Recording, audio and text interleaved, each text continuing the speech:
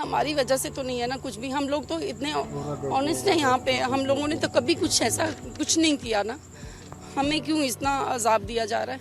मैं अपने बच्चे छोड़ के जा रही हूँ, मेरी बेटी घर में, उसकी कंडीशन बड़ी ख़राब है इस वक्त, प्लीज़ आप कुछ कीजिए प्लीज़।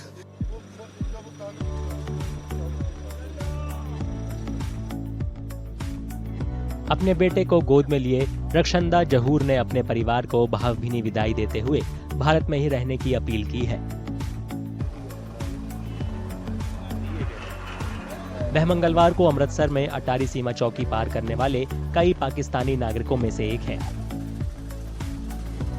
मुझे आए हुए 35 साल हो गए हैं। उस दौरान इन्होंने, मेरा वीज़ा भी मेरे पास है, हमने वीज़े के लिए अप्लाई भी करा हुआ है, लेकिन मेरी नेशनलिटी के लिए भी हमने अप्लाई करा हुआ है, लेकिन आज तक वो मुझे नहीं मिली। अब मुझे इमीडिएटली इन्होंने बोला रात को 9:30 बजे कि भाई आपने बॉर्डर क्रॉस करना है। मैं यही गवर्नमेंट ऑफ इंडिया से यही अपील करना चाहती हूँ कि इतना क्यों मतलब कर रहे हैं हमारे साथ।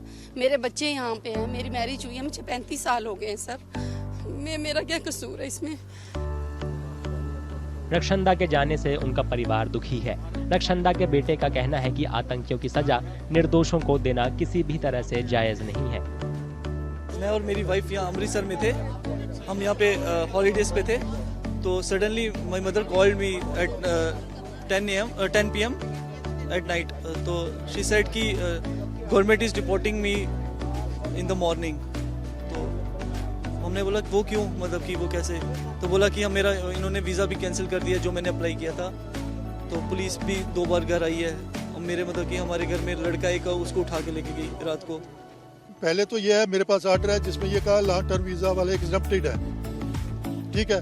हम तो 35 साल से लॉन्ग टर्म वीज़े पे थे, लॉन्ग टर्म वीज़ा चल रहा था, हमने अपने टाइम पे अप्लाई कर दिया, लेकिन अगर उन्होंने दिया नहीं आगे, उसको आगे फाइल नहीं भेजी, तो जिस बंदे ने, क्लर्क ने या जिस अफसर ने भेजी तो उसको सजा दो ना, हमें क्यों सजाएं हैं। तो आपके वाइफ के लिए मायके में है कोई भी नहीं है ना, प्रॉब्लम तो यही है। निर्वासन का सामना कर रही महिलाओं ने सरकार से उन लोगों के मामलों पर फिर से विचार करने और उन्हें नागरिकता देने की अपील की है जो शादीशुदा हैं। सजा उनको मिलनी चाहिए या हमें मिलनी चाहिए? इनके छोटे छोटे बच्चे हैं, वो इधर अंदर फंसी हुई हैं। ये हमारी अभी नई शादी हुई है, 2 माह हुए हैं शादी को, हमने LTV अप्लाई किया हुआ है, अंडर प्रोसेस आ रहा है और हमें ऐसे भेज रहे हैं नोटिस भेज के। ये तो गलत बात है ना। देखना पड़ रहा है, कैसी सजा मिलनी चाहिए उनको? चाहे जिंदा जलाएं, जो मर्जी करें, उन्होंने गुनाह किए, सजा हमें क्यों मिल रही है? सरकार से अपील करेंगे सरकार से यही अपील है, जिनकी शादियां हुई हैं उनको यहाँ रहने दें, नेशनैलिटी उनको दें। आप LTV अप्लाई किए हुए, आप उनको दें। LTV वीज़ा है, हमें अभी 7 महीने हो गए अप्लाई किए हुए, तो अभी बोल रहे हैं आपका रिजेक्ट हो गया, कैंसिल कर दिया, आप जाएं वापस, डिपोर्ट कर रहे हैं। कब हुई शादी आपकी? मुझे 11 साल हो गए। कितने बच्चे आपके? मेरी एक बेटी है 2.5 साल की, और अभी बच्चा माँ के बिना बच्चे को भी नहीं जाने दे रहे। ये जुल्म हो रहा है माओ के साथ। तो क्या सरकार से क्या अपील करेंगे? हमारे साथ बहुत गलत हो रहा है। तो जिन लोगों को कारण आपको दिन देखना पड़ रहा है, तो ये हमारा तो कसूर नहीं है ना, बच्चों का तो कसूर नहीं है, माओ को क्यों अलग किया जा रहा है बच्चों से, या फिर हमारे बच्चे भी दे दें साथ हमें।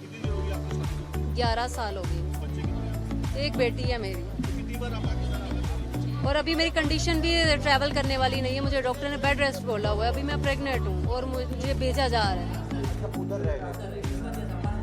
निर्वासन का सामना कर रही महिलाओं के पतियों ने इस कदम को क्रूर और अन्यायपूर्ण बताया है। मेरी वाइफ है आयशा कीरो, मेरी बेटी है सर 2.5 साल की, प्रेग्नेंट है, वो 7 महीने की प्रेग्नेंट है, मेडिकल सारा है, कम से कम मेरी बच्ची को तो जाने दें साथ।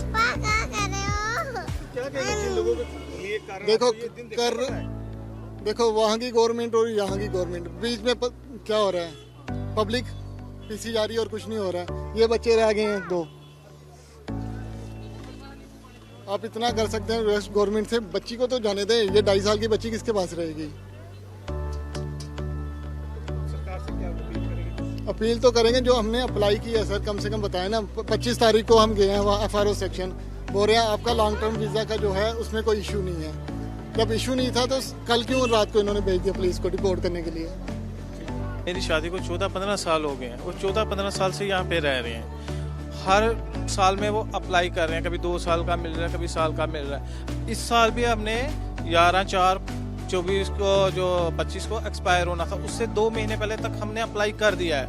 डेडलाइन से पहले ही 2 महीने हमने अप्लाई किया है, लेकिन आज बोलते हैं कि आपका वीज़ा ही नहीं है। रो भी रात को, उससे पहले हम 25 को उनके पास गए हैं कि हमारा लॉन्ग टर्म वीज़ा है, हमारा कोई इशू है तो हमें बताएं। नहीं बोल, आप जाएं घर, आपके पास कोई इशू नहीं है आपका। ये जो है सार्क वीज़ा या अपने बिजनेस वीज़ा जो आए हैं फिल्म इंडस्ट्री, उनके लिए, आपके लिए ऐसा कोई नहीं है। तो मेरी वाइफ है सर। बिल्कुल। कितने बच्चे हैं? सर 2 बच्चे हैं। कितनी एज है इनकी? ये वीडियो आपको कैसा लगा हमें कमेंट में ज़रूर बताएं। बहुत बहुत